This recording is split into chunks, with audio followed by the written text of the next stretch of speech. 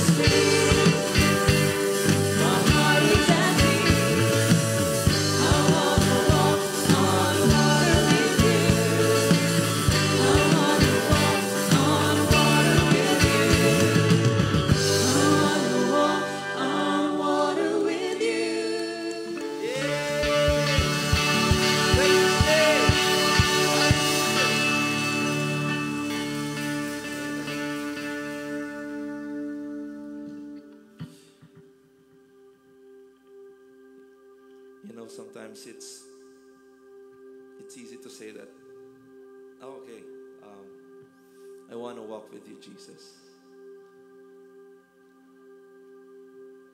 It's easy to say that I want to follow you.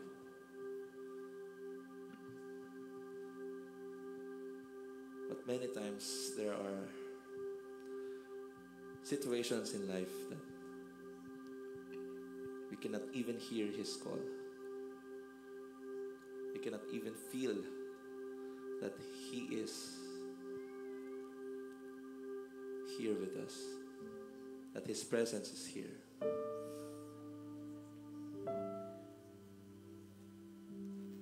We cannot even feel that we are seen because we're drowned by what problems that we're facing, or the feeling that we cannot let go of something that we cannot control. Our emotions, anger,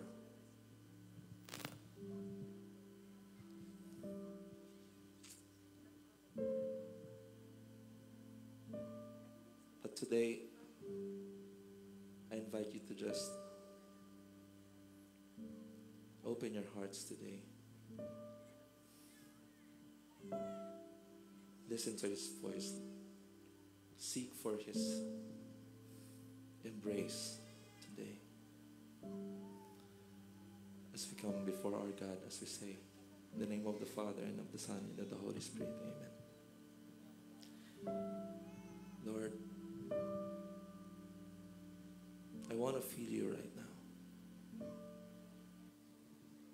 I know that You're in this place, and I'm in Your presence, but God, let me feel You right now.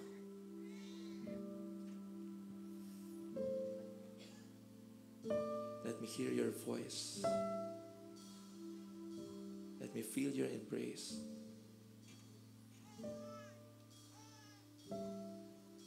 Because I know that You love me. Even if I'm like this, even if You know me so well that I cannot even, sometimes I don't know who I am, but You know who I am. Speak to me, Lord. In Jesus' name, amen. I can be real with You. Say anything and not be afraid. You made me and You like what You made. You made me and You don't make mistakes. I can be real with You. You take me just as I am. You choose me all over again. I am the one You love. I am the one You love. I don't have to prove anything. There's room at Your table for me. I am the one You love. I am the one You love.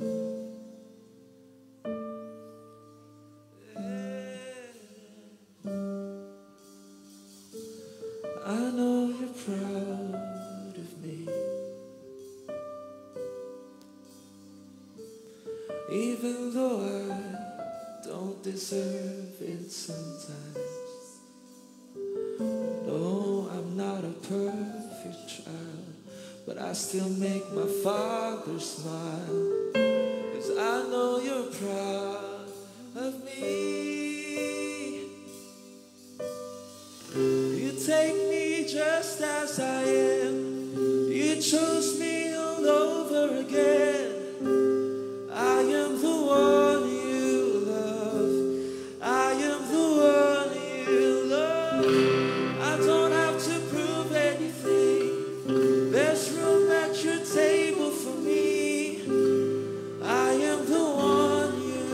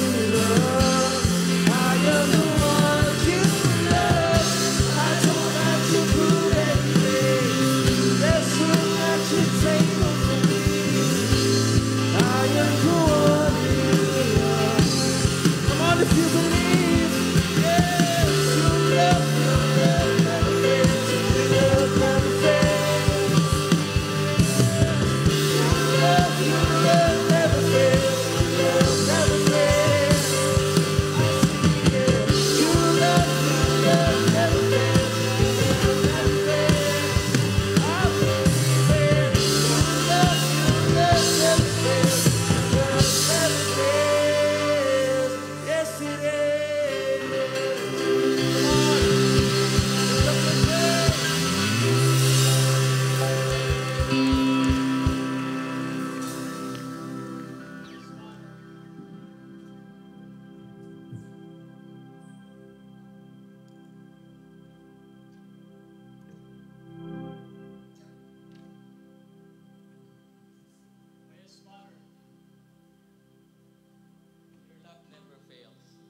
Father, your love never fails. That's why we can come before you today with all our issues, with all our concerns, with all our dearth, with all our unworthiness. Because we know that it's only your love that can transform us. It is only by your love that we can be changed. And this we pray, this we claim, in Jesus' name, amen and amen.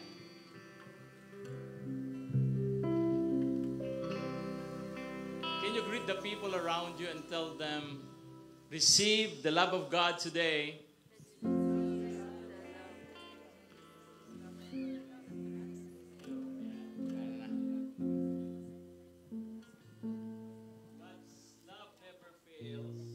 But my mic failed. Buti na lang ang pag-ibig ng Diyos, hindi katulad ng mic ko. Amen? He never fails. And how many of you are happy because vacation is just around the corner? Sige nga, excited ka na sa summer? Meron ba excited dito? Mainit. Hindi na masyado na-excite. Pero iba excited. Bakit? Kasi makakapag-family outing. Makakapag-family outing na. Hindi lang yan. Parang less na yung gastos pag summer. Bakit? Kasi walang baon yung mga bata. Tama ba? But how many of you, at the same time, are not so happy kasi pag bakasyon, yung anak mo wala ngang baon pero mas magastos. Yung antingin sa'yo parang ATM machine. Yung parang tumatahin ng pera. Yung nasabihin sa'yo, Mami, wala nang stocks doon sa pantry. Kaya parang mas magastos pa. Yung mas magastos kasi ang feeling ng anak mo para kang bandila. Bakit bandila? Yung madali kang masway. Yung pinapatay mo yung aircon tapos sabi sa'yo ng anak mo, Mama, okay na yan. Okay lang na mag-open tayo ng aircon kaysa magbayad tayo sa ospital pag na-ospital tayo. So ikaw naman, o nga sige, mag-aircon na tayo. Kaya lang pagtanggap mo ng Meralco bill, parang mau-hospital talaga sila kasi mabubugbog mo. Diba? Friends, may napansin ba kayo? Same situation but different responses. And our response, whether to be happy or not, is based on the emotion that we have during that time. That's why today we're going to start with the brand new series, and the title of the brand new series is Feels. Sabihin nyo nga, Feels. Why your emotions matter. Sino sa inyo may mga emotion? Aba, yung iba ayaw magtaas ng kamay. Para mga robot yata iba dito, ano? You know, friends, every emotion has an important purpose. Even the more difficult ones, like shame, guilt, fear, anger, and sadness. May purpose siya mga yan. At alam mo, pagdating sa emotions, ito lang yung problema natin. We have two problems. Number one is we have trouble labeling them. And another problem is we have trouble leading them. Labeling means identifying them, naming them, and discerning them. And a lot of people, their feelings remain one giant chaotic blur. At ito yung katotohanan. When you cannot label your feelings, you cannot lead them. So the goal of this 4-part teaching series is this: to learn how to lead our emotions better. So that you can love God, you can love the people around you, so that you can love yourself more. And here's the second goal: so that you can have your breakthrough in life. Because if you want to be happy, you should know how not to follow your feelings, but let your feelings follow you. Yes? And today we're going to talk about this one feeling that siguro lahat tayo na-experience natin in one point in our life. And what is that? The feeling of shame. And so let us come before God. Let's pray our favorite prayer here at the feast in the name of the Father and of the Son and of the Holy Spirit. Amen. And together, today, I receive all of God's love for me. Today, I open myself to the unbounded, limitless, overflowing abundance of God's universe. Today, I open myself to God's blessings, healing, and miracles. Today, I open myself to God's word so that I become more like Jesus every day. Today, I proclaim that I'm God's beloved, I'm God's servant, I'm God's powerful champion, and because I am blessing the world in Jesus' name. Amen. Let's honor God's word. Thy word is the lamp unto my feet and the light unto my path. Allow me to read to you Isaiah 61 verse 7. And it says here, instead of shame and dishonor, you shall have a double portion of prosperity and everlasting joy.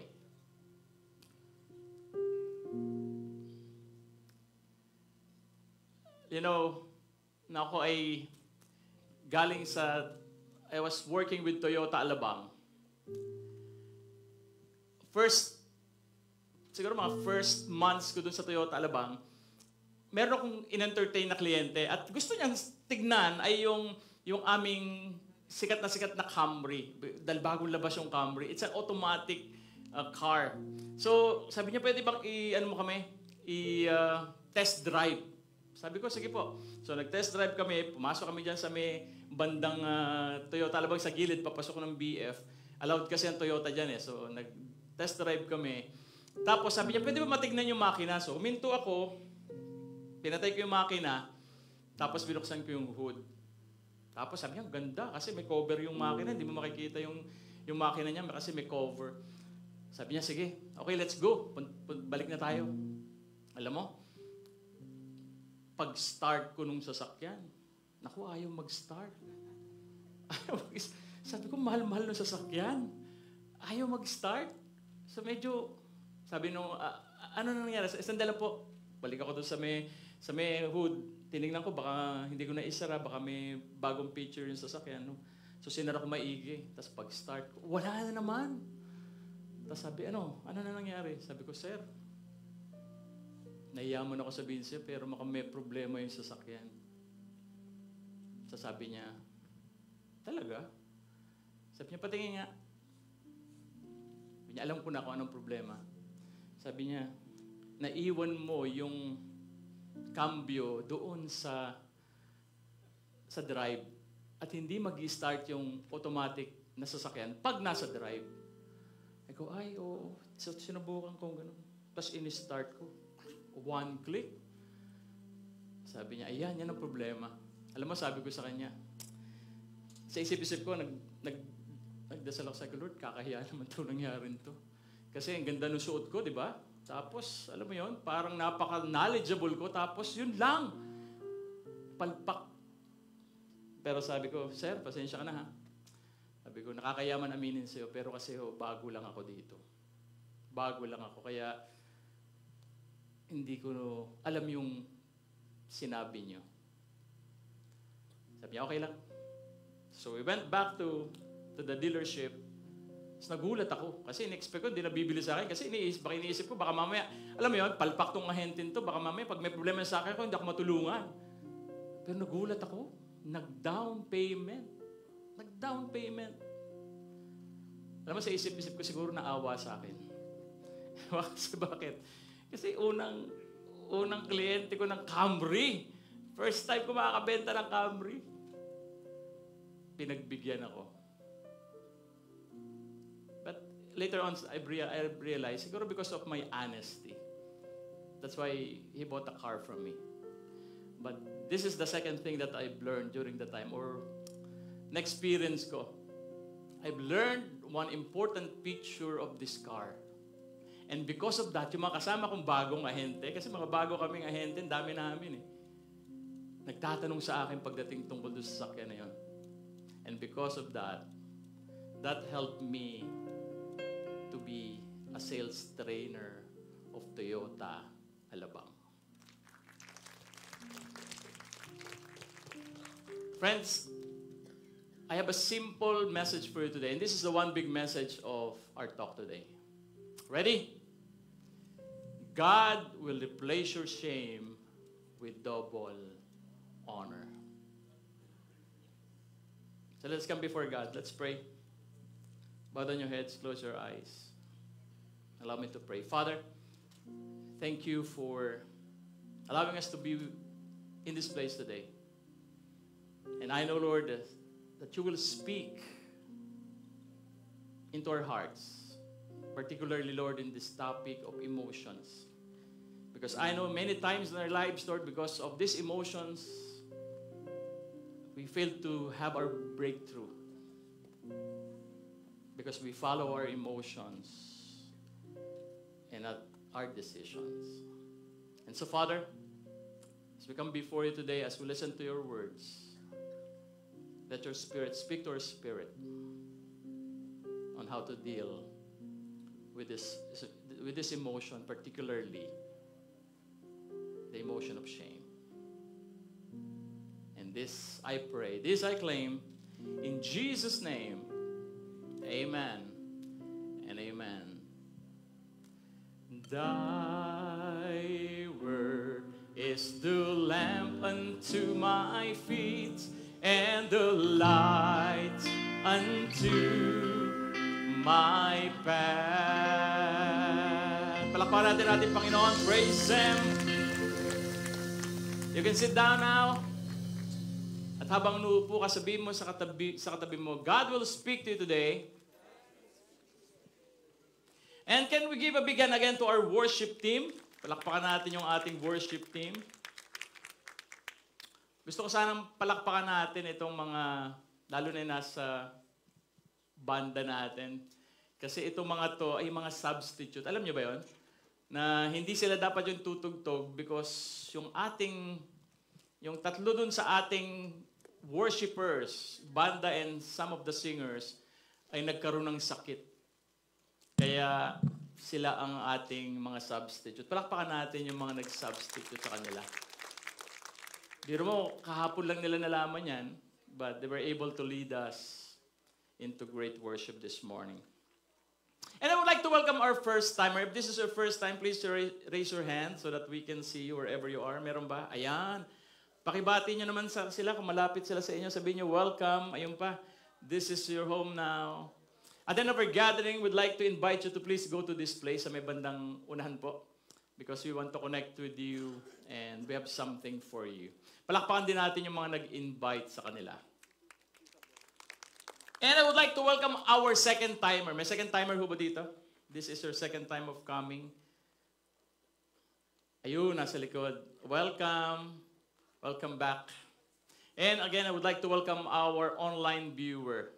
Good morning, good afternoon, good evening. Again, one day, sana makasama namin kayo dito sa Feast SM South Mall Cinema area. So, are you ready? Pakilakas mo nga ng konti yung aking monitor. Meron isang lalaki, sumakay siya ng jeep. At habang nakasakay siya, kumakain siya ng kamote. Tapos maya-maya, naramdaman niya, parang kumukulo yung tiyan niya. Tapos sabi niya, naku, parang ang hirap pigilin ito.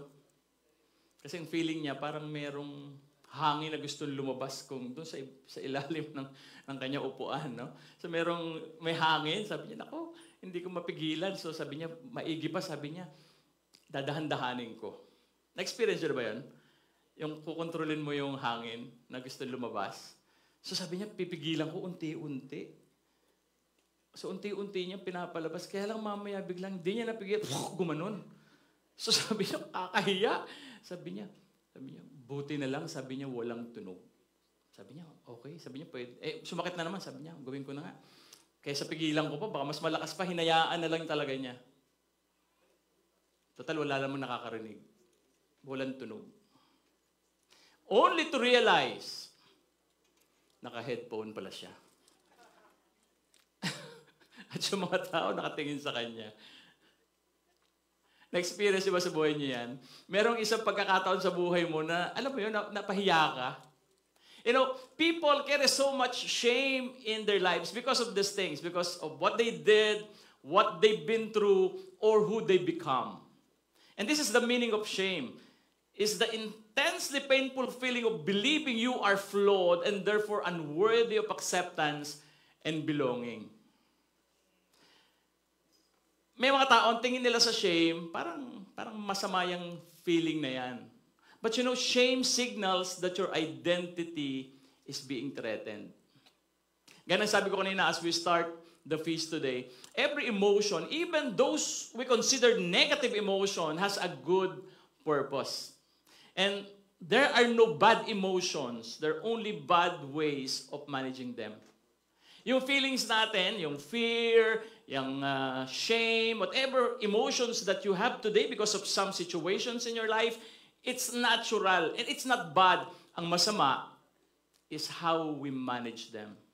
And every emotion carries a special gift. Same true with shame. And what is the gift of shame? To tell you that something is threatening your identity and it needs your attention.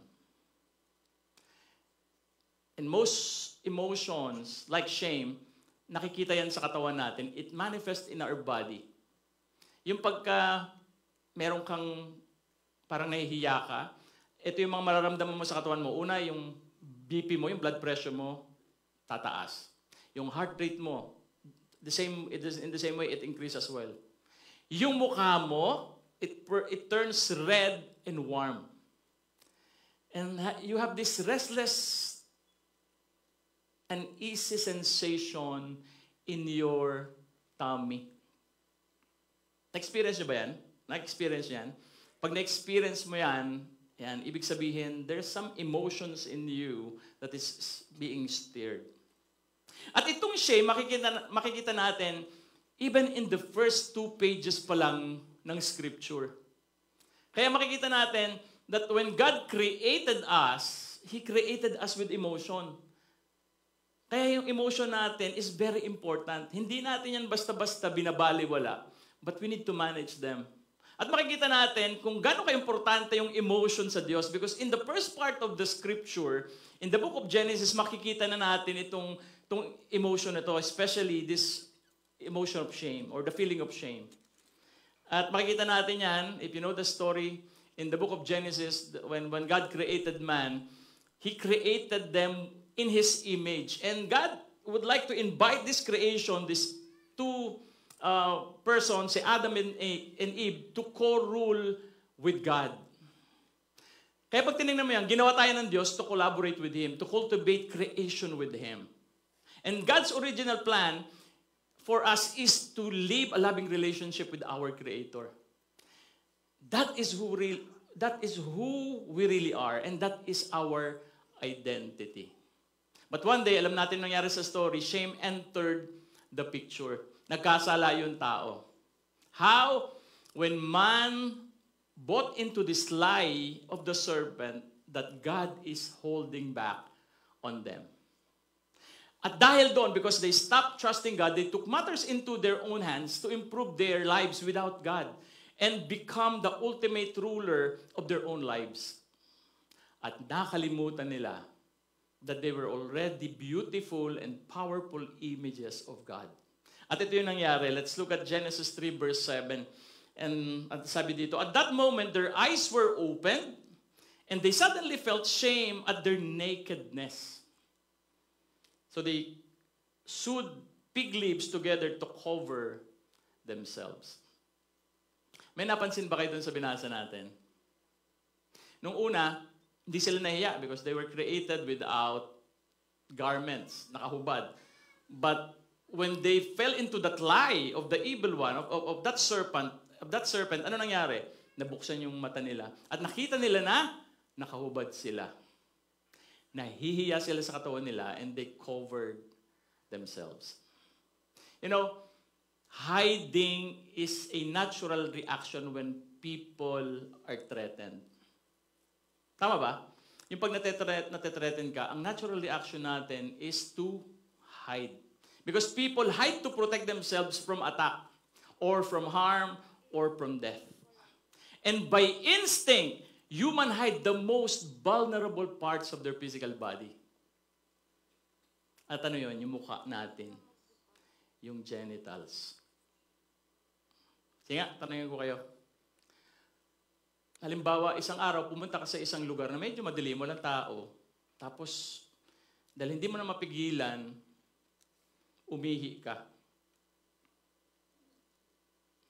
At ikaw ay babae. So sabi mo, walang tao, so okay lang umihi ako. So, tinabi mo yung sasakyan mo, bumaba ka, tapos umihi ka. Tapos maya-maya, merong isang taong lumalakad, di mo napansin, biglang nagbukas ng flashlight. Na-flashlight ka. Anong tatakban mo? Muka o yung genital mo? Sino nagsasabing mukha? Sino nagsasabing genital? Sino nagsasabing wala akong tatakban, brother? Bahala sila. Pero normally, ano tinatakban? Yung genital, no? Tatakban mo yon. Pero ito yung tanong ko sa inyo, ba't yung tinatakban mo? Ba't hindi mukha? Kasi di ba, pag nakita naman ng tao, yan, pare-parehas lang itsura eh. Tama? Pero yung mukha mo, pag natakban mo, hindi ka na makikilala. Diba? So kaya pag halimbawa nahuli kang umiihi, huwag yung natakban mo, yung mukha mo yung takban mo. Okay? Now, but here's my question to you. Bakit sila nagtatago? Sino ang mananakit sa kanila? Their creator? Yung bang naglikha sa kanila?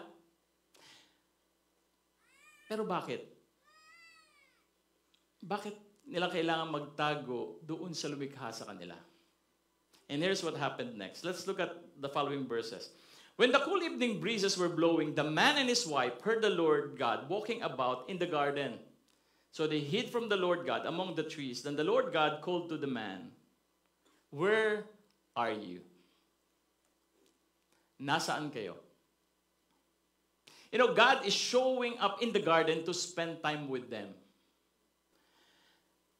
Nung tanongin sila ng Diyos, "Where are you?" Alam mo, yung ibang tao, iniisip nila na ang Diyos galit at umuusok yung ilong sa galit because they fell into this trap of lie. Because they fell into sin. So kaya iniisip natin, nung tinanong silang, "Where are you?" Parang galit. Nasaan kayo? Parang ganun, "Where are you?" But you know, in the original Hebrew, the text gives no view of God's aspiration. Instead, I believe, if you read the Hebrew translation of "where are you," it is asked with affection. Yung parang, yung tatay tinatawag yung anak. Yung, "Anak, nasan ka? Nak, where are you?" Yung merong concern. At ito yung sagot ni Adan. Genesis 3:10. "I heard you walking in the garden, so I hid. I was afraid because I was naked." I was naked. Kaya ako nagtatago. Kasi naniniwala siya sa isang kasinungalingan that God was not for him. That God is against him. Friends, look at me. At its core, shame is always fueled by a lie. And we believe so much lies about ourselves. Yung, alam mo yun, yung, "I came from a broken family. Therefore, I find it hard to see myself having a great family." Galing ako sa broken family, kaya most probably ang aking magiging pamilya broken din. Sakit ng pamilya namin to, itong sakit na to. Kaya magkakasakit din ako niyan. Kahit anong gawin kong diet, kahit anong gawin kong exercise, magkakasakit ako niyan. Bakit? Kasi nasa genes na namin yan.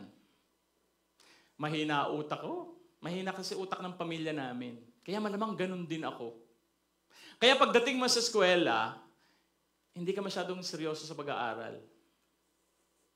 Kaya yung teacher, tinanong ka, June, halika dito. Bakit gano'n? Yung composition mo tungkol sa aso mo, parang parehas sa kuya mo last year. Nangopya ka, no? Anong sagot mo? Ma'am naman, ba't naman ako mangongopya? Kaya parehas yan kasi iisang aso yung dinidiscuss namin dun sa aming project. Kaya parehas lang ho. Hindi ko kopya yan. Sabi nung teacher mo, June, may 5 ibon. Binaril yung isa. Ilan matitira? Ano sagot mo? Wala. Sabi ng teacher mo, June, napakabobo mo. Dapat 4. Ano sagot mo? Ma'am, pag binaril ba yung katabi mo, steady ka lang. Yung gano'n. Yung feeling mo, bobo ka kasi yung pamilya mo bobo. That's why you accepted that you are bobo. That's why you are not giving effort to your studies. At dahil naniniwala tayo sa kasinungalingan na yan, Adam and Eve, they believe that they are not worthy. And they try to protect themselves because of that. At ano nagiging resulta? We end up trusting ourselves less. And you know, in my experience, I hear someone, or when you hear someone tells you you're a failure, ilalaban mo ng patayan yan. Tama? Pag sinabihan ka ng isang kaibigan mo or ng isang tao, you're a failure. Anong ginagawa mo? Hindi ka papayag. Tama? Lalabanan mo yon. Makikipagpatayan ka just to tell them, no, I'm not a failure. But when ourselves tell ourselves, you're a failure, it's 10 times harder to remove the self-labels versus to the labels given by others. Tama ba? Yung sa iba, pwede mong labanan, pero pag yung sarili mo na nagsasabi sa'yo na you're a failure, wala mangyayari sa buhay mo, it's 10 times harder. But you know, all these are lies because from the very start, mula pa nung nilikha tayo ng Diyos, God already made you like Himself, filled with infinite beauty, filled with skills, with energy, with creativity, and holiness. Nung likhain ka pa lang ng Diyos, yan na yung binigay niya sa iyo. Sige nga, tingnan mga katabi mo, mukha bang banal? Sige nga, sabi mo, you are holy. Tingnan mo nga kung maganda siya. Sige, sabi niyo, banal na lang, brother. So again, friends, when our shame signal lights up, it's a sign there's a lie that is getting in the way of your true identity. Now, before I give the solution to shame, I need to clarify something. Shame is different from guilt. Shame is different from guilt. You know, before the shame, si Adam may have felt guilty because of the sin that they committed. But guilt is a signal that we did something wrong. So magkaiba siya with shame. At ito yung difference nila. Guilt is focused on behavior. Shame is focused on self. Guilt is, I did something bad. Meron ako nagawang mali. But shame is, I am bad. Guilt say, I'm sorry I made a mistake. Shame say, sorry, I am a mistake. So magkaiba siya, shame and guilt. That's why we have another talk for this feeling of guilt. But friends, having guilt is a good thing. Kasi pag hindi ka na nakukonsensya, that's the worst disaster that can happen to you. Like, halimbawa, si Hitler. Sino nakakilala kay Hitler dito? Tapos nga kamay yung mga nakakilala kay Hitler. Si Hitler, he killed 6 million Jews. And you know, he felt no shame. He felt no guilt. Kaya kahit hanggang mamatay siya, okay lang sa kanya sa tingin niya, okay lang sa kanya yung ginawa niya. Why? Because he has no guilt. Yung mga corrupt politicians, yung mga, alam mo yun, walang katapusan, yung walang, ang tawag doon, satisfaction, yung kanilang paghahangad sa pera. Because some of them, not all of them, some of them, they don't have guilt anymore. Or maybe a husband abandoning his family, his wife and his children for another woman. You know, the reason why they did this evil thing, it's because they've switched off their guilt. Again, guilt is good because it makes us run to God so He can repair us. At pag hindi natin nagawa yan, yung guilt na yan, na-overcome natin, at tumakbo tayo sa Diyos para magpamahal sa Kanya at magpabago sa Kanya. Pag hindi natin nagawa yan, you may end up in these 4 prisons of shame. Ilan? 4 prisons. And here's the first prison of shame. You know, when mishandled, shame can cause obsessive perfectionism. Sabihin nyo nga.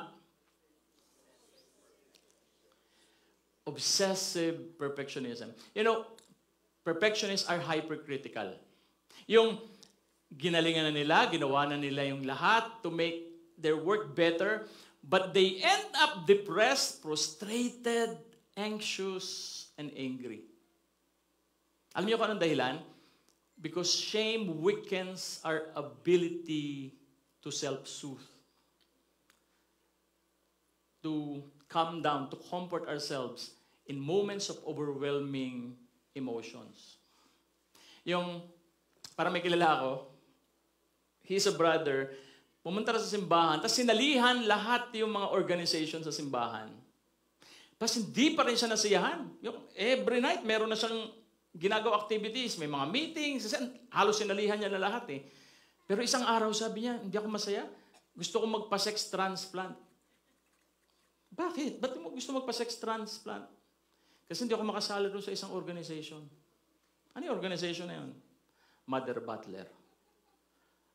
Puro babae lang yun eh, di ba? So, yung gano'n, yung sometimes we have this feeling, I need to do this.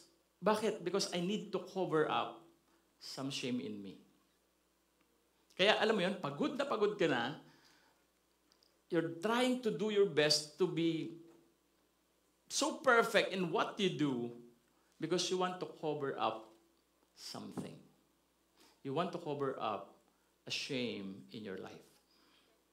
Sige nga, awak mga kamay nung katabi mo sa kanan. Kung kakilala mo yan, sabihin mo sa kanya, huwag ka nang mahihiya. Sige nga, sagutin mo nga siya. Ikaw ang mahiya. Kasi kalabit ka ng kalabit, di naman kita kilala.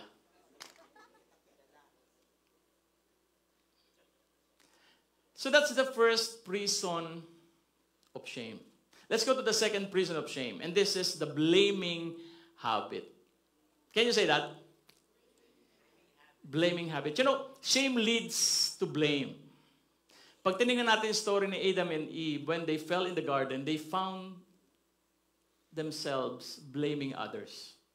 Si Adan, nung hinanap siya ng Diyos, ano sabi niya?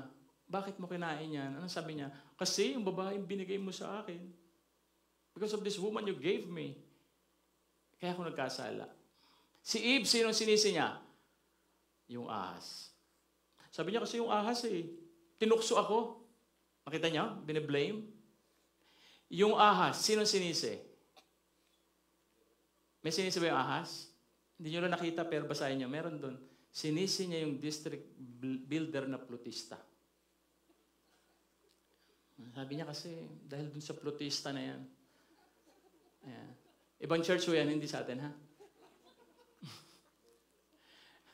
Nakaya yung sinasabi ko, yung when you have shame, sometimes we tend to blame it to others. And we have to admit it. We do this all the time. When we feel shame, we find ourselves blaming our parents kasi magulang ko eh. Kasi yung mga kapatid ko, kasi yung boss ko eh. Kaya ako ganito, kaya ako, meron akong shame because of my boss, because of my spiritual leaders, because of the government, because of our friends. We blame others. But friends, look at me. Here's the problem. When we focus our emotional energy on blaming someone else, we're not healing our shame. Pag doon nakapokus yung sarili mo, yung energy mo in blaming others, you will not heal. So siguro iba sa inyo, sabi niyo sa sarili niyo, Brother James, is blaming myself the answer? Kasi ayaw mo sasabihin ko yung iba eh. Is blaming myself the answer? And my answer is no. Hindi. Because self-blame is very different from taking ownership of one's mistake and moving towards restoration. Magkaiba yun. Iba yung sinisisi mo yung sarili mo, iba yung gumagawa ka ng paraan so that you can get out of this situation. You know, self-blame is repeating in our head, dapat hindi ko ginawa ito. I shouldn't have done this. And you repeat it in your head 1,000 times. Kaya hindi ka na nakagalaw. Friends, have you fallen into self-blame?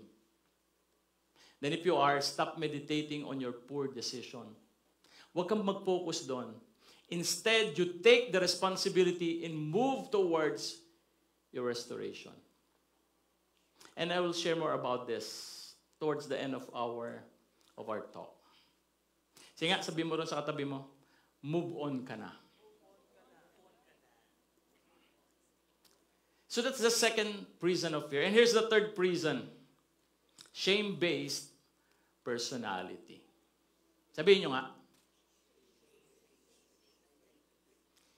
You know, shame becomes problematic when it turns into a fixed mindset. At nangyayari yan when shame becomes your identity. Pag yung shame mo, naging identity mo na, doon nagkakaproblema. One of the heroes in the Old Testament and one of those na malapit din sa first 5 books of the Scripture is Moses. Pag tinignan mo yung story ni Moses, si Moses, he has this shame-based identity. Ba't nasabi kong meron siya niyan? Because one day, God called him to bring the people of Israel to the promised land. And he felt he's not worthy. Kasi ang feeling niya, hindi siya perfecto. That's why if you look at Exodus 3, ito yung story ni Moses when God called him. Ang sabi niya kay God, but Moses protested to God, who am I to appear before Pharaoh? Who am I to lead the people of Israel out of Egypt? You know, si Moses, he has this flawed background.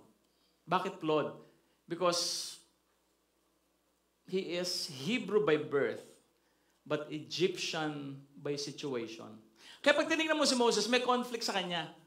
Dual citizen siya. Hebrew, Egyptian. Parang katulad ng iba sa atin dito. Meron ba dual citizen dito? Ayun. Happy birthday, Brother Yo. And welcome to your dual citizenship. Kaka-60 lang ni Brother Yo. Yan. Yung parang ganon, yung may dual citizenship siya. Hebrew and Egyptian. Tapos hindi lang yan, nakapatay pa siya ng Egyptian. That's why when God called him, sabi niya, hindi ako rapat-dapat dyan. Huwag ako. Pero alam niyo, hindi natapos doon. He also felt incapable. Bakit? Kasi si Moses is a stutterer. Ano yung stutterer? Bulul. Kas ng tawan. Bulul. And, di ba, lahat, hindi ko alam kung na-experience yan, pero most children, pag bata, nagiging bulol. Or mostly bago magsalita ng tama, nabubulol. Sino sa inyo naka-experience yan? Yung nabulol ka nung bata ka. Ayan, meron. Meron? Babae? Normally, lalaki lang nabubulol kasi yung babae, madaldal kayo eh. Bata pa lang. Hindi, pero normally, lalaki nabubulol. No? Pero, alala ko tuloy nung maliit ako. Nung maliit ako, takanta kayo mga mamit daddy ko, bakit ako bulol? Kasi bulol ako pag nung maliit ako eh. Yung gatat ko, ganyan ako magsalita nung maliit ako. So, takanta ka sa, bakit kaya bulol to? Kasi yung kapatid kong babae, yung panganay, hindi naman bulol. Yung kapatid kong bunso, hindi rin bulol. Ako lang yung bulol. Alam niyo kung bakit? Kasi nung maliit ako lang yung nagkaroon ng iyaya na bulol. Yung Jeff, eto na gatas mo. Ganyan. Kaya alam mo, nung maliit ako, feeling ko siya yung nanay ko eh. Bakit? Kasi we speak the same language. Kaya feeling ko siya yung nanay ko. So, bulol ako nung bata. And si Moses, ganyan. He's a stutterer. Bulol siya. That's why he felt incapable. Let's look at what Exodus 4:10 says. Moses, however, said to the Lord, "If you please, my Lord, I have never been eloquent, neither in the past, nor now that you have spoken to your servant. But I am slow of speech and tongue." Friends, if you look at that story of Moses' incapacity became his identity. Kaya patingnan mo yung story niya, hanggang sa dulo, hindi pa rin siya sumunod dun sa gustong gawin ng Diyos. He need to get his cousin Aaron to be the spokesperson. Because that shame became his identity. Yung minsan parang ganyan din tayo, yung how can I be promoted? Eh hindi naman ako galing sa top 4 schools. Kaya no way ako mapopromote. How can I be a businessman? Eh wala naman sa lahi namin yung nagbi-business. Lahat ng mga magulang ko, lahat empleyado. May edad na ako. Baka wala nang tumanggap sa akin sa isang company. Baka hindi ako ma-promote kasi mas maraming mas bata. Kasi ako may edad na. Friends, look at me. The incapacity that you have right now does not define your destiny. Ano man yung incapabilities mo right now, it does not define who you are. It does not define where you are going. It does not define your destiny. Naalala ko tuloy, there's this contest, pabilisan. Now, walang category, basta pabilisan ng labanan. At alam naman natin, pag may contest, may iba't ibang nasyon yan eh. No? Merong isa taga-Europe, isa taga-America, at isang Pilipino. So, nung tinawag yung contestant number 1, taga-Europe, lumabas, sabi niya, "Let's welcome our contestant from Europe." Palakpakan yung mga tao. Pagpasok nung contestant, naka-t-shirt lang, naka-short, at naka-rubber shoes, at merong dalang tennis racket. Sabi nung organizer, sabi niya, "Anong gagawin niyo? Paano niyo mapapakita mabilis kayo?" Sabi niya, "Mabilis ako." "Tennis? Paano mapapakita mabilis ka?" "Watch me." So ginawa niya, kinuha niya yung bola. Tapos binato niya. Pinalo. Pah! Tapos pumunta siya ron sa kabilang court. Hinabol. Pinalo na. Pah! Takbo na naman siya sa kabila. Pinalo. Pah! Mag-isang naglaro. Palakpakan yung mga tao. Ang bilis. No? Ang bilis. Galing. Tapos tinawag yung pangalawa, Amerikano. "Let's call on from America." Pagpasok, nakasando, nakashort, naka-rubber shoes. Sabi niya, "How will it show that na ikaw yung mabilis?" Sabi niya, "I am a track field runner." Sabi niya, "Sige nga, tignan natin." So, nag-ready na siya, tapos tumakbo. Alam mo, pagtakbo niya, yung linya nung truck na tinatakbo niya, gumagano. Shhh! Parang cartoons. Tapos sa sobrang bilis niya, nabangga niya yung sarili niya. Ganun kabilis. Palakpakan yung mga tao. Woo! Ang galing! Tapos punta sa number 3, Pilipino. Let's call on from the Philippines. Pagpasok, putol yung isang braso, putol yung 2 paa, naka-wheelchair. Sabi niya, paano mo papakita mabilis ka? Wala kang paa, hindi ka makakatakbo. Tapos putol pa yung kamay mo. Sabi niya, don't worry, I'll just show you. Sabi niya, kaya lang mayroon akong request, pwede mo pakilagyan mo ako ng mic dito.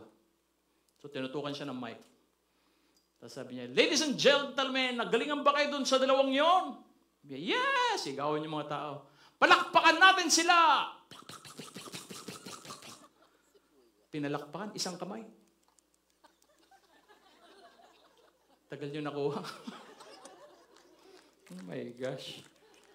Mabagal pa yung mga processor ninyo. Pinalakpakan mag-isang kamay, oh. Kaya niyo ba yun?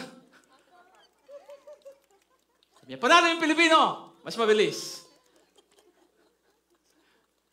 Friends, your incapacity does not define your destiny. Alam ko, joke lang yun, but I would like to share you a story. There's this attorney, ang pangalan niya si Attorney Cesar. He met an accident. Tapos, doon sa aksidente niya, tinamaan yung spine niya sa likod. Sabagay, wala naman spine sa harap, no? Sa spine sa likod, tinamaan yung C3, C4, and C5 nung kanyang spine. You know, after 2 years, siya ay naka-wheelchair. He was able to watch one Tokobo during a feast. And God spoke to him and he attended the feast. Dito sa Alabang, kasi mas malapit siya sa atin. So he attended the feast here in Alabang District. And one day, Arun met with him because he asked for an audience with our district builder and they talked. At alam mo, habang nag-uusap sila, so he poured out his heart and syempre yung pinagdadaanan niya. Pero alam mo, si Arun, believe din ako doon sa district builder natin eh. Nung after nila mag-usap, sabi niya, ano sa tingin mo? Why did God brought you to the feast? So yung guy, sabi niya, because baka may purpose si Lord sa akin. Sabi niya, ikaw, ano sa tingin mo yung purpose ni Lord sa'yo? And you know this guy, nag-isip siya. Sabi niya, nasa wheelchair ako. Sabi niya, anong gagawin ko? Sabi niya, asawa ko na lang. Sabi niya, pasok natin sa music ministry kasi marunong kumanta eh. So, she joined the music ministry. Pero tinanong ulit siya, ikaw? So, isip na naman siya. And finally, sabi niya, alam mo, brother, I'm in a wheelchair, but because I'm a lawyer, I can give legal advice. Kahit nasa wheelchair. And you know what happened? He became our first Flame Ministry head. Ano yung Flame? Free Legal Advice, Ministry, and Encouragement. Flame. Galing, ano? Flame Ministry. Sino may hawak? Lame. Diba? Flame, ang may hawak, lame. What's the difference? Letter F. No? Letter F. Sa akin lang to ha. Ito lang yung pumasok sa isip. Malaro kasi isip ko eh. Bakit F? Faith. You know what God did to him? His faith enables him to serve God and bless people around him despite his incapacity.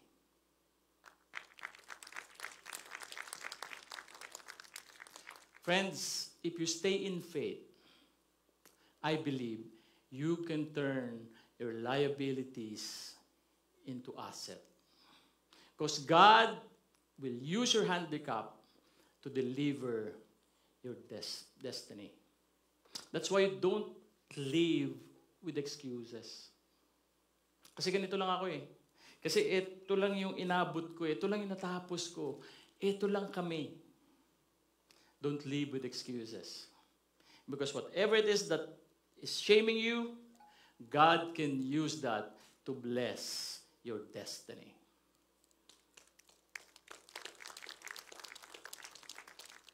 Tingnan, kindatan mo yung katabi mo. Sabi mo sa kanya, no more excuses. And here's the fourth prison of shame. The poison of isolation. You know, shame pushes us towards isolation. Cutting off the only resources that can heal us. Katulad ni Adan at ni Eva, makikita mo na nagtago sila and they were exiled out of the garden. Minsan ganun din tayo. We too run away from God and our spiritual community when we have this feeling of shame. Yung pag nagkamali ka sa buhay, nagkasala ka, ano sinasabi mo? Tsaka na ako babalik kay Lord, di mo na ako mag-ate ng feast, hindi mo na ako magsisimba. Bakit? Kasi kailangan ko munang linisin yung sarili ko. Kailangan ko munang maging karapat-dapat. I need to be worthy first and before coming to God. You know, that is wrong. Mali. Why? Because I believe that the only one who can change you are the ones you are running away from. Friends, if you want to address shame, you must do the very opposite. You do the very opposite. Whenever you feel shame, don't wallow in it. But don't escape it either. Through your addiction, through distraction. But rather, do this 2 jail-free pass. At ano yung jail-free pass na yan? Number 1 is find your safe person. Find your safe person. Look for someone who loves you. Someone na pagtitiwalaan mo. Someone who will understand and won't judge you. And someone who will cry with you. And the second jail-free pass is share your story of shame. You know, the moment you share your story of shame, you're opening your heart to healing love. And 2 things will happen when you share. First, you declare to the world that you accept yourself. Because if you don't accept yourself, no amount of acceptance from others will be enough. And second thing, when you share your shame, you're allowing others, including God, to love you. Friends, if you choose carefully a safe person, you'll receive that person's healing love. So my suggestion to you is this. Let shame be your signal to go back to God and your safe friends. Because here's the truth. Only empathy can heal your shame. Can I invite you to stand?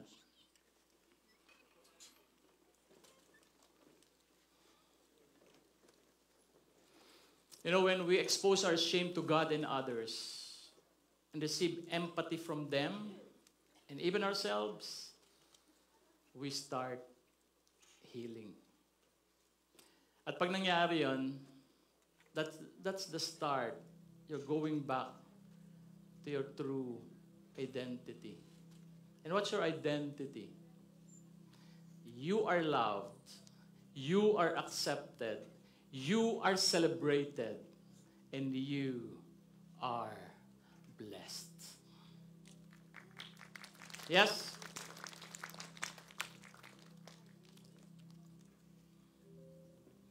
But allow me to end with this.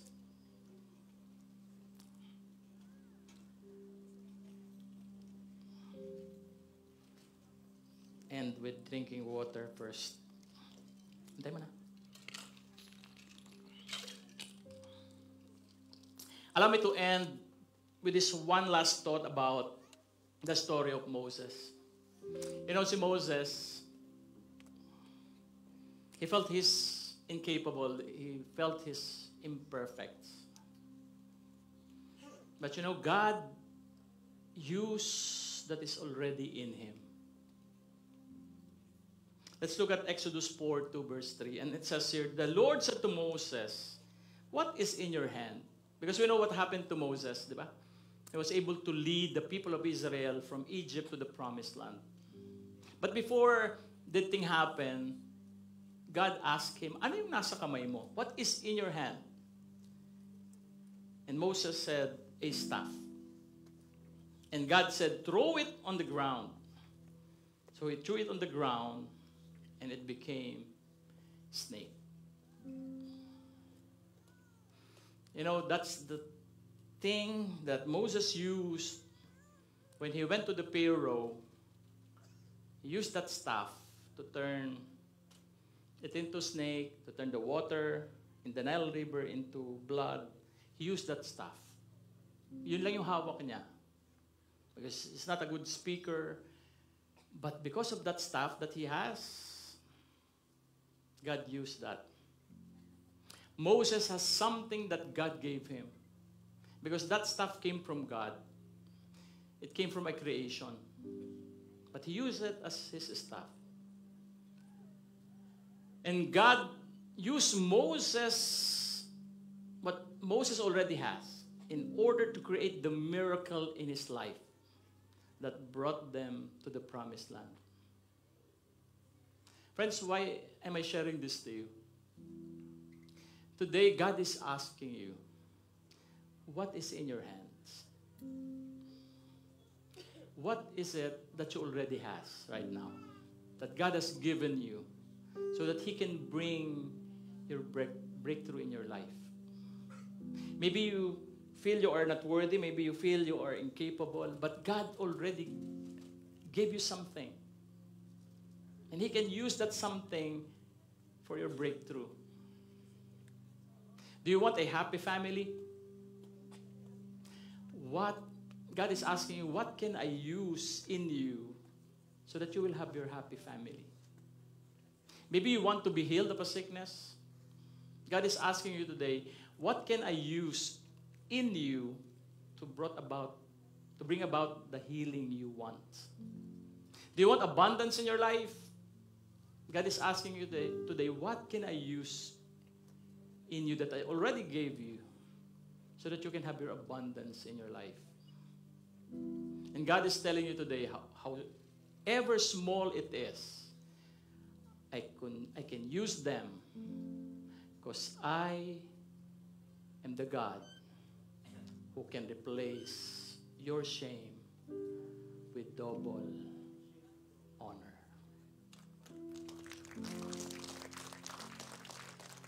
And so today, as we reflect on that question, I want you to bow down your heads and close your eyes and reflect on what God has already given you. Because I believe God already gave you something so that you can have your breakthrough and have your miracles in your life. I want you to reflect on this song.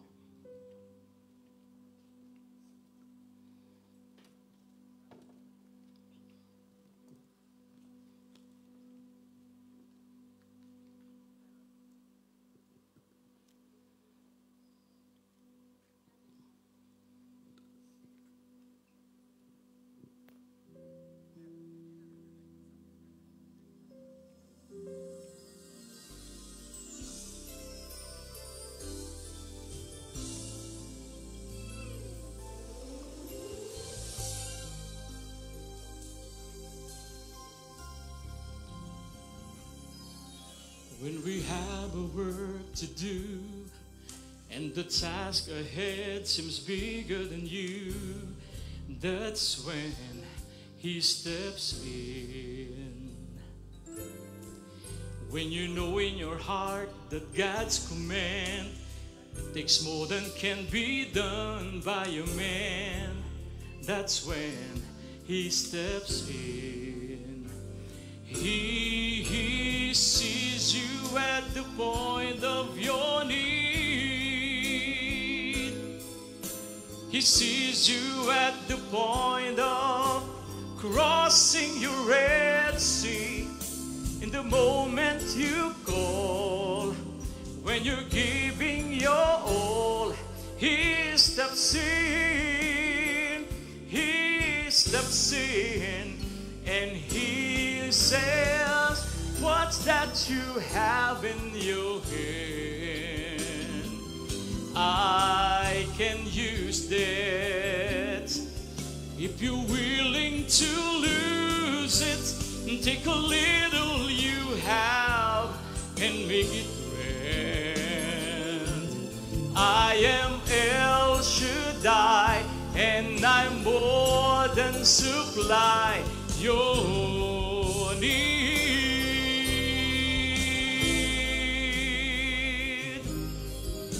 When all you have is all in the jar, that's a reflection of where you are. That's when He steps in. Oh yes, a little boy is lunch of fish and bread is all you have for the need ahead. That's when He steps in. Let Him take it and bless it and break it and give it. He'll multiply it in the moment you need it, and in the moment you call. When you're giving your all, He steps in. He steps in, and He'll say, what's that you have in your hand? I can use that. If you're willing to lose it, take a little you have and make it grand. I am El Shaddai, and I'm more than supply your need.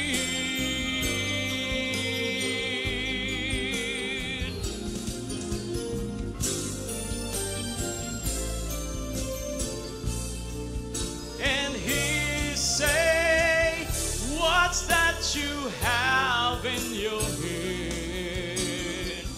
I can use it.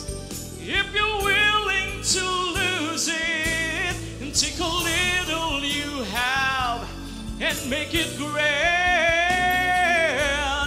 I am El Shaddai, and I'm more than supply.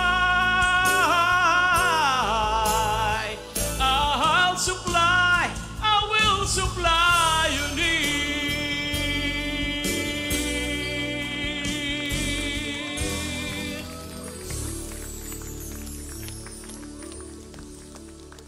What is in your hand? Because God can use that. So do not focus on your shame. Do not focus on your incapacity. But focus on what you have. And go to God. Because God can create the miracles, the breakthrough that you are looking for. Father, we come before you today and we thank you for your words. We thank you that you've spoken to our heart, that you've spoken to our spirit. Maybe some of us here are living in shame because of our failures in the past, because of our incapabilities, because we believe in lies that we are nothing. But we come before you today. And there's nothing to prove.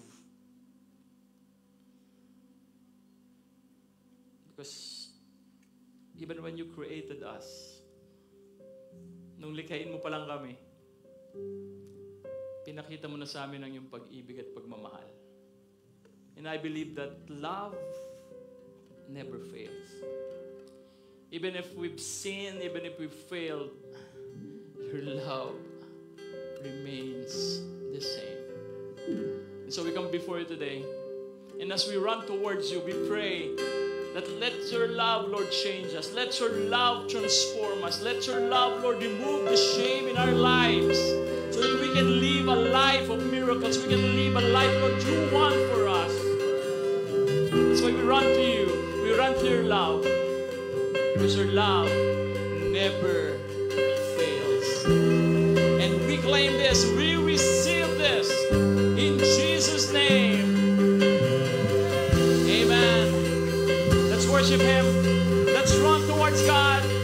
Run towards His love.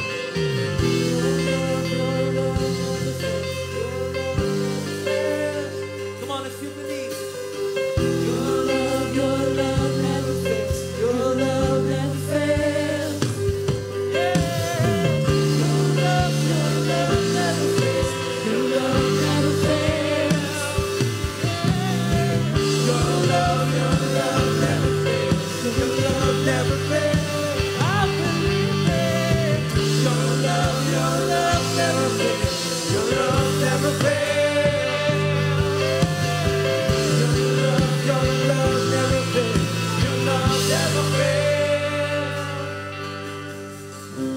You take me just as I am. You choose me all over again. I am the one you love. Once again, The one you love. I don't have to prove anything. There's room at your table for me. I am the one you love. I am the one you love. You take me just as I am. You choose me all over again. I am the one you love. I am the one you love. I don't have to prove anything. There's room at your table for me. I am the one you love. I am the one that fails. Your love never fails. Your love never fails. Your love never fails. Your love never fails. Your love never fails. Your love never fails. My shame. Your love never fails. Your love never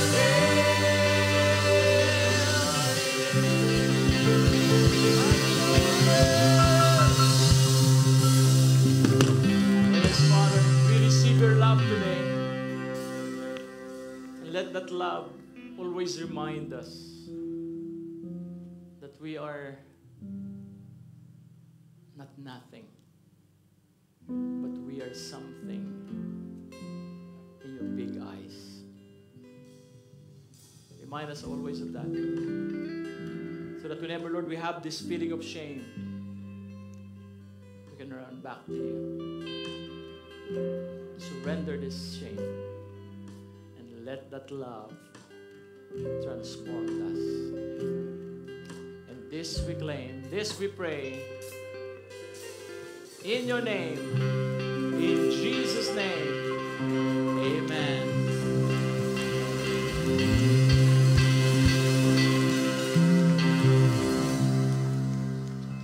Can you hug the people you know, the people you love, and tell them, do not live in shame.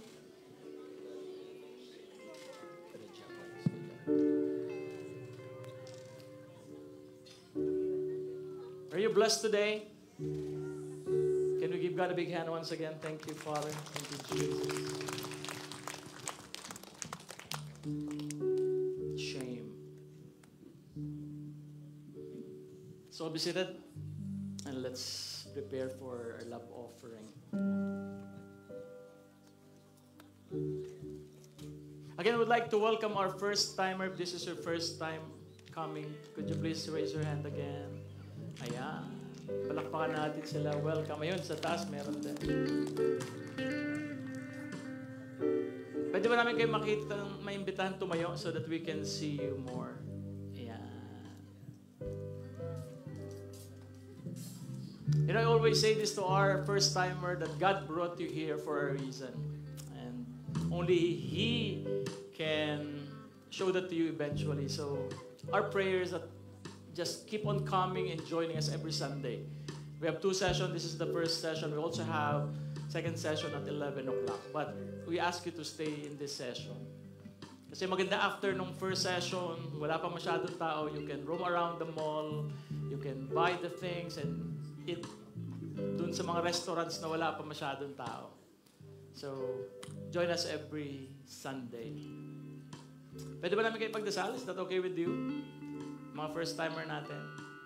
Let's pray for them. Friends, let's extend our hands to them. Father, we thank you for these friends you have added into our numbers. I believe it is you who brought them here.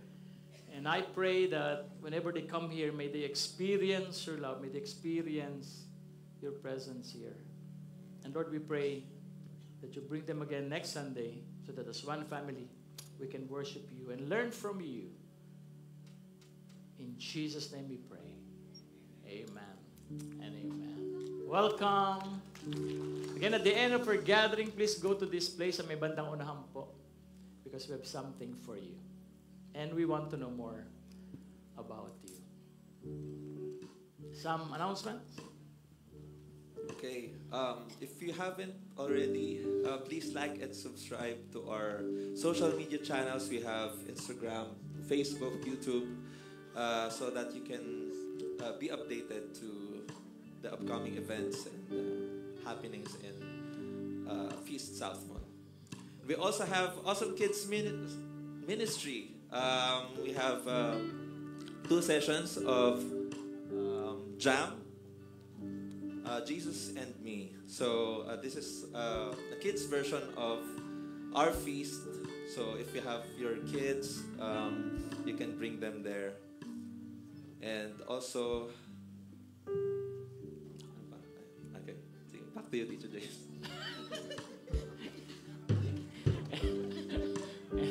Very good. Let's give a big hand to John Rel for leading us to wonderful worship today. And for our final announcement, I want you to focus your eyes on the screen.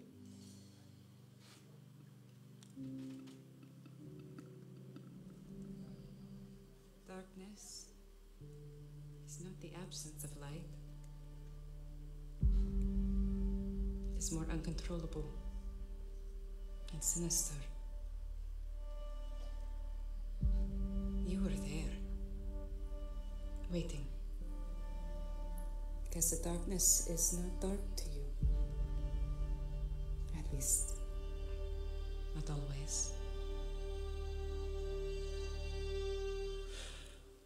The coming darkness was too deep for us to grasp. It would appear that we now want the same thing as Pilate.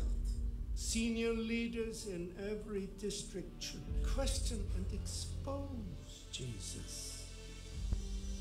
I just can't stop seeing how we could be doing things faster and more efficiently. You deserve a stipend for your specialized work. You can at least make sure that you have resources to keep the mission going. My ledgers are in the red. I told you to make life difficult for the followers of Jesus. It is on this rock that I will build my church, and the gates of hell shall not prevail against it. This infernal chaos. Why can no one control these people? What just happened to all of you? It's about to get worse. Now that I'm here, physical death does not interrupt our eternal life. Lazarus, come out!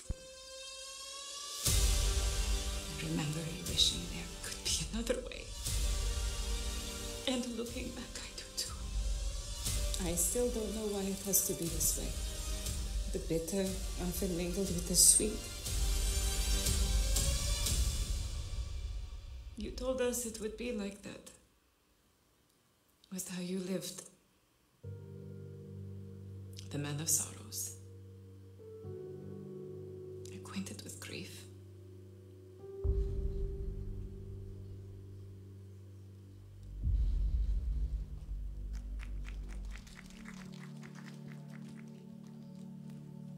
Sino sa inyong nanonood ng The Chosen? Kakaunti. The Frozen. Marami yan. Let it go. Yan. The Chosen. Now, The Chosen is in season 4. Kaya lang nagkaroon ng problema. There's a legal battle that I think will be resolved eventually this coming June. Kaya hindi mo mapapanood dyan sa YouTube, hindi mo mapapanood. Even doon sa kanilang app, sa Angel Studio app. So, kaya hindi pa natin napapanood yung next season. But the good thing is, we connected with them and they allowed us to show the first episode of season 4 in our feasts next Sunday. Gusto nyo ba yun? Okay. Now, ang gagawin lang natin is, I want you to invite your friends, lalo na yung mga kakilala nyong, alam nyo nanonood nitong Chosen. Invite them because we're going to have our 2 sessions. May worship pa din. I'll give a short talk about the Chosen, and we will watch it together, the first episode, then we'll end with worship. So invite your friends. Now, ito yung maganda sana, kung hindi ka nanonood ng The Chosen, try to watch as much as you can yung 3 season. Maikli lang naman yan 8 episode per season. Kaya lang mga 40 minutes, 45 minutes. Kung mahilig ka rin mag-rat-rat ng mga Korean novela, eto na, pwede mong rat-ratin to. Sandali lang sa'yo to. Ha? Sandali lang sa'yo. So, watch as much as you can. Pero kung hindi mo naman natapos, Brother James, hindi ko kaya okay lang. Kasi alam mo naman yung story ni Jesus di ba? Alam mo na yung story niya So, but maganda lang kasi, iba yung presentation dito sa The Chosen. Okay? So again, invite your friends and we will have a special screening next Sunday. So again, we have 2 sessions, 9 o'clock and 11 o'clock. Are you excited? Okay. So let's all stand and allow me to pray for your giving.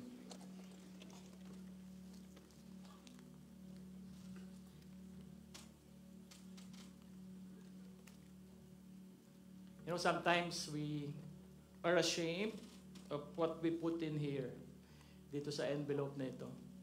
Kaya itong ating IM, alam mo yon, pag minsan nagbibilang sila ng ating love offering na pambayad natin every Sunday, minsan nagbubukas sila, walang laman.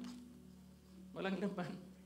So pinataas lang natin, pinagpe-pray, pero wala tayong nilalagay. Kasi sometimes siguro nahiya tayo, Lord, ito lang yung kaya ko ibigay At alam ko naman, mas malaki yung biyaya mo sa akin. But I cannot give the 10% like what the scripture says. But ito lang yung kaya ko, pero hindi ko na ilalagay kasi maliit lang.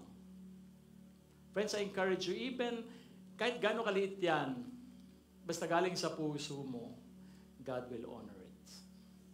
And God will give it to you overflowing. Return it to you overflowing. Kahit maliit lang yung nalalagay mo. And just pray na, Lord, continue to bless me so that I can bless your work. And one day, makikita mo yung nilalagay mo, kahit maliit lang, lalaki din. Because you started trusting God. That's why we keep on giving. We keep on lifting this up. Sana lang pag dumating dun sa IM natin, dun sa mga nagbibilang natin, may laman. So that we can continue our gathering here. Yes? So let's lift our tithes and offering. However small it is, I believe God will honor it. Father, we thank you for your words today. And we thank you once again that you've given us this opportunity to return your goodness to us. Return the blessings which comes from you. And however small in my hand is, I know that you will bless it. I know that you will multiply it. And I know, Lord, that you will use it to bless many people through our feast. And Father, I lift up to you my friends as they give their tithes and offering. I pray that this coming week, please open doors of opportunities for them. Open doors, Lord, of blessings so that they can receive the blessings you want for them and so that they can be a blessing to the people around them. Those people who are praying for sickness, healing, Lord, for sickness, I pray that you heal them. Those people who are praying for love and strength, Lord, for relationship, Lord, I pray that you be the foundation of it. Those people who are praying, Lord, for their exam, give them the wisdom they need so that they can pass this exam with flying colors. And those who are having problems in their finances, I pray, Lord, that you continue to bless them. Bless your people, O God, so that they can continue, Lord, to bless you, bless your work, and bless the people you are sending their ways. And this I pray, this I claim, in Jesus' name. Amen and amen. Come, friends, with joy and smile on our lips, let's give our tithes and offering to Jesus. And see you next Sunday. God bless you. Come on, let's worship. As we give our tithes to the Lord, let's trust Him. As we reach His hand and walk with Him this week, and so on. Amen. I have been here before, but no, there's so much more to tell me to come. Your waves may pull me down, and I might sink or drown, but tell me to come. Hey! My failures, what it takes for them to see your grace. Tell me to come. I've tasted and I've seen, and I am in between. Tell me